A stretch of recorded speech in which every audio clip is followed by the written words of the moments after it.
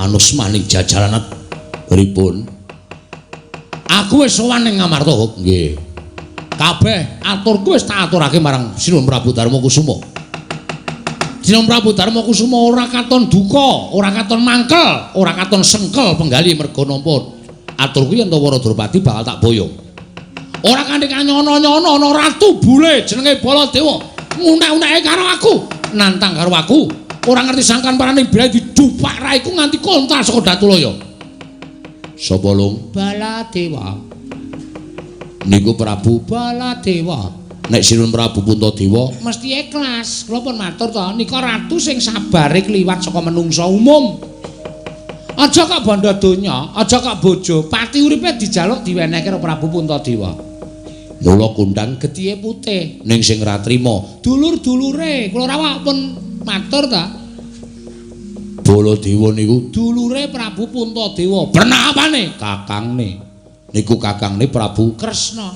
Monggo Prabu Kresna niku botohe Pandhawa, pujanggane Pandhawa. Wis ora aneh nek sampeyan bebeda karo garwaning Prabu Puntadewa, Baladewa nesu. Sampeyan didupak saka Datulaya niku wis wajar. Ngoten. Wah, edan. Iki bakal dadi perang, Gok. Mergo aku nantang Prabu Baladewa. Dheweke nganake sayembara perang sapa sing cilik gedene ngungkuli kadidene Baladewa. Menang boyong Wara Drupadi, tak antepi nggonku melu sayembara perang. Niku mengke sing perang dudu Baladewa ning anak-anak Pandhawa. Nek Baladewa niku wonge wis sepuh mesti ngaso. Nyawang karo sing enom-enom tumandang. Lho. Anak-anak Pandhawa sapa wae? Oke. Pirang-pirang, Bos? Oke. Tur ampuh kabeh. Ngamarta niku sing ampuh anak-anak Pandhawa, mboten kaya nggone sampean. Nggone sampean niku sing ampuh ming pil. Kok pil? Pil ampuh? Ha iya.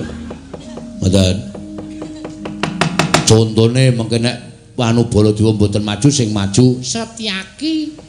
Niku Senopati Ndarawati, wonge cilik, ganthet ngiyayet, bringose ngregeni, kupingke tiba tengen. Tumpangke kok kupingke